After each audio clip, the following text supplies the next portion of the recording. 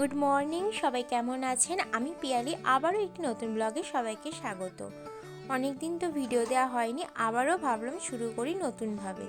সকালবেলা ঘুম থেকে উঠেই যেহেতু ছেলেটাকে স্কুলে ভর্তি করে দিয়েছি, এখন স্কুল চলছে কন্টিনিউ, ওই জন্য সকালে উঠে সমস্ত কাজ করে রাখাও হয়ে যাচ্ছে। আর আগের দিন রাত্রিবেলা একটু ঘি বানিয়েছিলাম, দেখো ঘরের তৈরি ঘি, অনেক দিন ধরে শরটাকে জমিয়ে ঘি বানিয়েছিলাম। আর ঘি বানিয়ে একদম তোমার সাথে শেয়ার করলাম। সকালবেলা ওর জন্য একটু জল ভিজিয়ে রাখা হয়েছে, এসে খাবে। তাছাড়া ছেলের দুধটাকে জাল দিয়ে নেবো, ততক্ষণও ঘুমোচ্ছে, ততক্ষণে যতটা পারবো কাজ কমপ্লিট করে রেখে যাব। এখন যেহেতু কদিন ওর সকালবেলা টিফিন নিয়ে যাচ্ছে না, আমার ছেলের টিফিনটা বানানো হচ্ছে না, রোজের কেক বিস্কুট এগুলো দিয়ে দিচ্ছি, সেই জন্য অতটা চাপ নেই। আর কিন্তু কদিন পর থেকে ওর স্কুলে টিফিন দিয়ে দেবে। আজকে ওর বাবা অনেকটা লেট হয়ে গেছিলো বলে ওর বাবা স্কুলে দিতে এসেছিলো। তারপর আমরা সব বন্ধুরা মিলে একটু ছবি তুলে নিলাম, তারপর এবার সবাই মিলে একটু চা খেয়ে নিলাম। মর্নিংয়ে যেহেতু আমি খুব একটা চা খাই না এখন, সেই কারণে আর চা খাইনি, ওদের সাথে একটু ভিডিও করে আজকে যেহেতু বৃহস্পতিবার একটু ফুলও কিনে নিয়েছিলাম। তার সাথে আমি আমার হেলথ ক্লাবে এসে আমার ব্রেকফাস্টটা কমপ্লিট করে নিয়েছিলাম। তোমরা কে কোত্থেকে আমার ভিডিওটা দেখছো প্লিজ একটা কমেন্ট করে দিও, লাইক কমেন্ট শেয়ার করে দিও। আর যারা এখনও সাবস্ক্রাইব করেনি প্লিজ চ্যানেলটাকে সাবস্ক্রাইব করে দিও। ছেলেকে স্কুল থেকে নিয়ে একেবারে বাড়ি চলে এসেছি, আর রাস্তায় কোনো রকম ভিডিও করা হয়নি, পসিবল হয়নি। একেবারে বাড়িতে এসে দেখো ফুল কলা, যেহেতু বৃহস্পতিবার পুজো দিতে হবে। আর এইদিকে দেখো ওকে একটু ফ্রেশ করিয়ে খাইনি, তারপর একেবারে ভিডিওটা স্টার্ট করছি। হ্যালো বন্ধুরা, এখন 10:25 বাজে, এই জাস্ট স্কুল থেকে ওকে নিয়ে এলাম।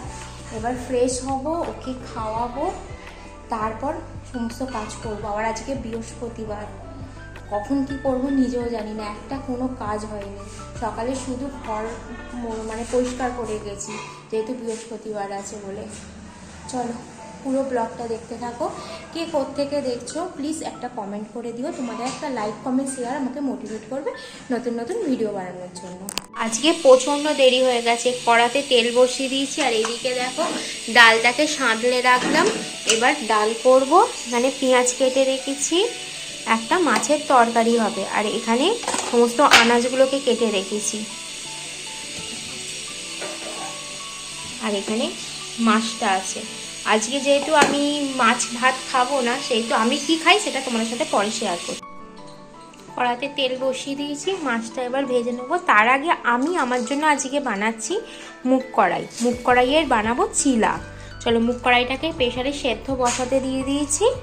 এবার যখন খাবো, যখন রেসিপিটা বানাবো তোমাদের সাথে দেখি, যদি সময় পাই অবশ্যই শেয়ার করব।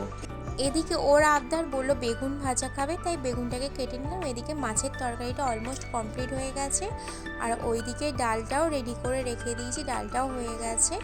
চলো দুপুরে কি রান্না আয়োজন করলাম চলো তোমার সাথে শেয়ার করি। ভাত রুটি তো দুপুরেই খাই, বেগুন ভাজা, মুসুর ডাল, ধনেপাতা, টমেটম দিয়ে, আর সব কিছু সবজি দিয়ে মাছের একটা শুকনো মাখা তরকারি। আর আমার ছেলেকে দেখেছো ঘর মুছতে ব্যস্ত, আর আমার এই দেখো চিল্লা, টক দই আর স্যালাড।